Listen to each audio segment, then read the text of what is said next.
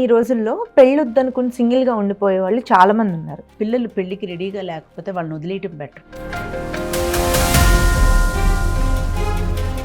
Job చేసుకోవడం, పడుకోవడం, తినడం, నాకు రెస్పాన్సిబిలిటీసే నచ్చవు.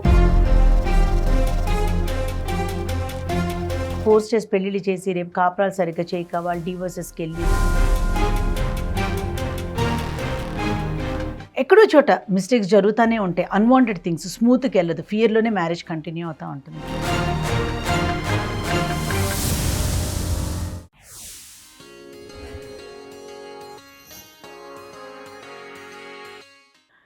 ఈ రోజుల్లో పెళ్ళొద్దనుకుని సింగిల్గా ఉండిపోయే వాళ్ళు చాలామంది ఉన్నారు. వాళ్ళలో ఒక ఇంట్రోవర్ట్ పర్సన్ తనతో తను మాత్రమే హ్యాపీగా ఉండగలిగి జాబ్ చేసుకోవడం, పడుకోవడం, తినడం, నాకు రెస్పాన్సిబిలిటీసే నచ్చవు, నేను ఇలాగే ఉండటానికి ఇష్టం అని చెప్పి ఉండిపోయి కొన్నాళ్ళు గడిచిపోయి పెళ్ళి ఏజ్ దాటిపోయి 34, 35, 36 వచ్చిన తర్వాత పేరెంట్స్ ఫోర్స్ చేస్తున్నారని, ఇంట్లో వాళ్ళు ఫోర్స్ చేస్తున్నారని, మా తర్వాత నీ ఫ్యూచర్ ఏంటి అని చెప్పి వాళ్ళని బలవంత పెడుతున్నారని చెప్పి వెళ్ళి బలవంతంగా పెళ్లి చేసుకుంటే వచ్చే కాన్సిక్వెన్సెస్ ఏంటో చెప్పండి. ఇప్పుడు ఈ మధ్య కాలంలో ఇదివరకట్లాగా పిల్లల్ని ప్రెషర్ చేసేవాళ్ళు చాలా తక్కువగా ఉంటున్నారు. చాలా అరుదుగా కనిపిస్తున్నారు. ఎందుకంటే ఇలా ఫోర్స్ చేసి పెళ్ళిళ్ళు చేసి రేపు కాపురాలు సరిగ్గా చేయక వాళ్ళు డివోర్సెస్కి వెళ్ళి గొడవలు పడి పిల్లలు పుట్టక multiple reasons. But keeping a side of that, జనరల్గా నీకేం చెప్తున్నానంటే పిల్లలు పెళ్ళికి రెడీగా లేకపోతే వాళ్ళని వదిలేయటం better for their own reasons. కొందరికి వాళ్ళు మ్యారీడ్ లైఫ్కి ఫిట్ కాదని కొందరు మెన్ అనుకున్నప్పుడు, మెన్ ఆర్ విమెన్, అది చెప్పుకోలేనప్పుడు కూడా పెళ్ళిని అవాయిడ్ చేస్తారు. ఆ సిచ్యువేషన్లు పెళ్ళిళ్ళు ఫోర్స్గా చేసిన తర్వాత ఇంపార్టెన్సీలని ఆ గొడవలు ఒక రకం.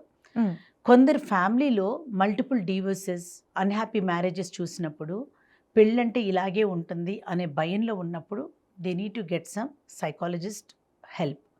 సో వాళ్ళకి ఆ హెల్ప్ సీక్ చేసుకుని వాళ్ళని ఆ ఫియర్ నుంచి బయటికి తీసుకొచ్చి అప్పుడు వాళ్ళు రెడీగా ఉన్నప్పుడు పెళ్లి చేయటం అనేది యాప్ట్. ఎందుకంటే అదే ఫియర్లో మ్యారేజ్ కంటిన్యూ చేసినా కూడా ఎక్కడో చోట మిస్టేక్స్ జరుగుతూనే ఉంటాయి. అన్వాంటెడ్ థింగ్స్ స్మూత్కి వెళ్ళదు. ఫియర్లోనే మ్యారేజ్ కంటిన్యూ అవుతూ ఉంటుంది. అండ్ అనదర్ ఇష్యూ, నువ్వు ఇందాక చెప్పింది పెళ్ళిళ్ళు బలవంతాన్ని, ఇండివిజువల్ లైఫ్ ఉండాలి ఇది అని అనుకున్నప్పుడు చాలామంది పెళ్ళైన తర్వాత వచ్చే స్పౌజ్ని బట్టి చక్కగా మారిపోతారు. ఎక్కడో ఒక ఇన్సిడెంట్ ఉంటుంది where they are not able to fit in to the marriage.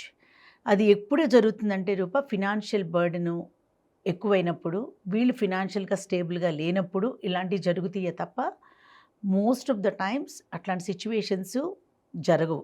ఒక మ్యారీడ్ లైఫ్లోకి వెళ్ళిన తర్వాత there is so much of bonding in all forms to make a beautiful marriage.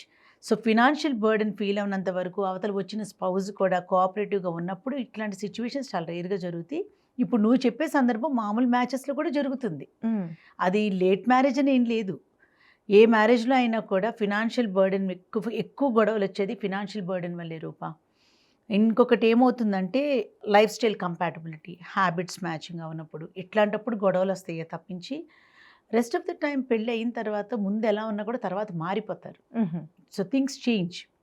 ఇచ్చిపుచ్చుకోవటం, like లైఫ్లో హ్యాపీనెస్ చూడటం, they are together for so many good reasons.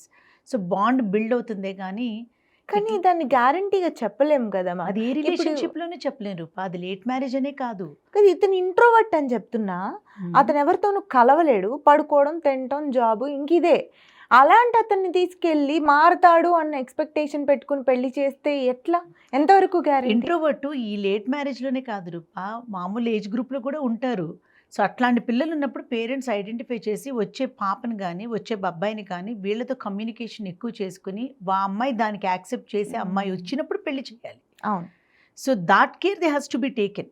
So అంతేగాని introverts అందరూ హ్యాపీగా ఉండరని కాదు. వచ్చిన అమ్మాయి గలగల మాట్లాడే అమ్మాయి అనుకో, she don't mind the boy being silent but she is okay with other forms of his expression. Like ఎక్కువ మాట్లాడిపోయినా ఇంకా అదర్ వేస్లో కూడా వాళ్ళు లవ్ ఎక్స్ప్రెస్ చేయొచ్చు కదా. అది పేరెంట్స్కి తెలవకుండా కూడా ఉంటుంది కదా. సో అలా ఆ అబ్బాయి అమ్మాయిని మాట్లాడుకొని ఇచ్చి వాళ్ళిద్దరు కూడా వి విల్ గో అహెడ్ అనుకున్నప్పుడు పెళ్లి చేయాలి. అది ఇంట్రోవర్ట్ అనే కాదు ఎవరైనా సరే, 2 డిఫరెంట్ పర్సనాలిటీస్, అది మ్యాచ్ కావాలి. So they need to communicate and take a call. Right.